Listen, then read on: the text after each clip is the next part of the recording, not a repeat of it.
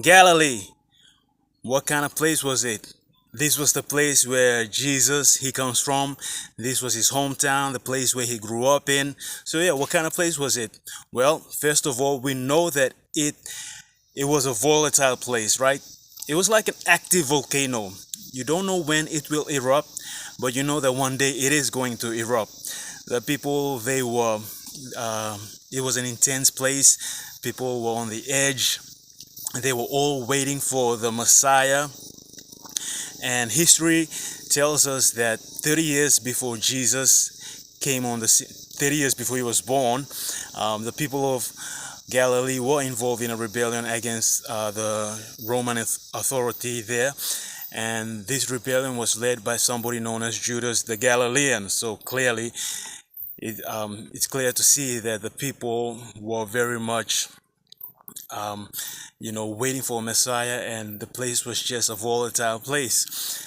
Now, after Jesus' death and resurrection, 30 years after his death and resurrection, the people of Galilee were once again involved in another rebellion against the Roman authority.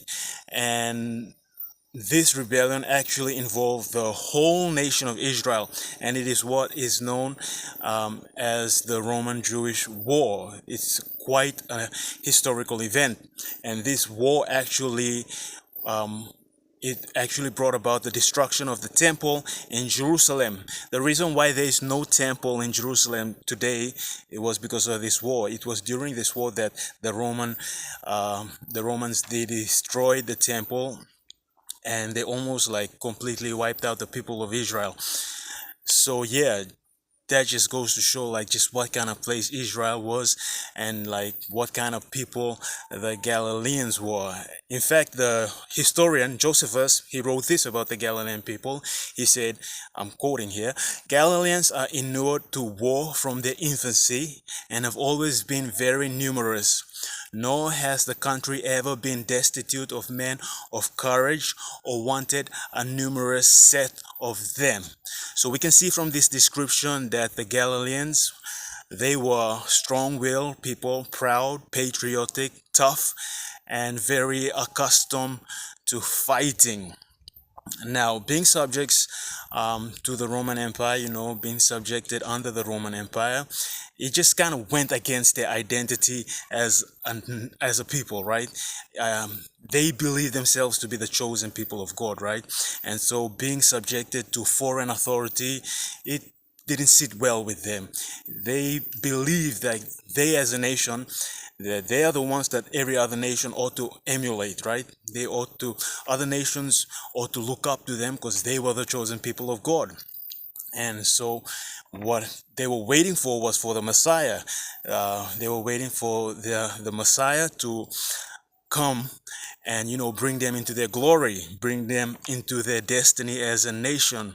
And they believe like this Messiah, he has to be a political figure, he must be a king who can rule and reign, he must be a military figure, a warrior, a knight in shining armor who will overthrow the Roman authority and chase them out of Israel. And he must also be a spiritual figure, somebody like Moses, somebody who can be a spokesman of God, who can be God's spokesman to them and also represent them before God. So Jesus came on the scene. The people's hopes were raised. There was whispering, hey, could this be the Messiah that we've been waiting for? But sadly, the people, they did not like Jesus' message, where he taught about repentance, he taught about forgiveness. They didn't like it when he said that you must love your enemies and that you have to pray for those who have done you wrong, who are persecuting you. So, instead of the Roman people seeing Jesus as a threat, it ended up that his own people, the Galileans, the nation of Israel, they saw Jesus, they saw him as a threat, and what happened, we all know that they killed him.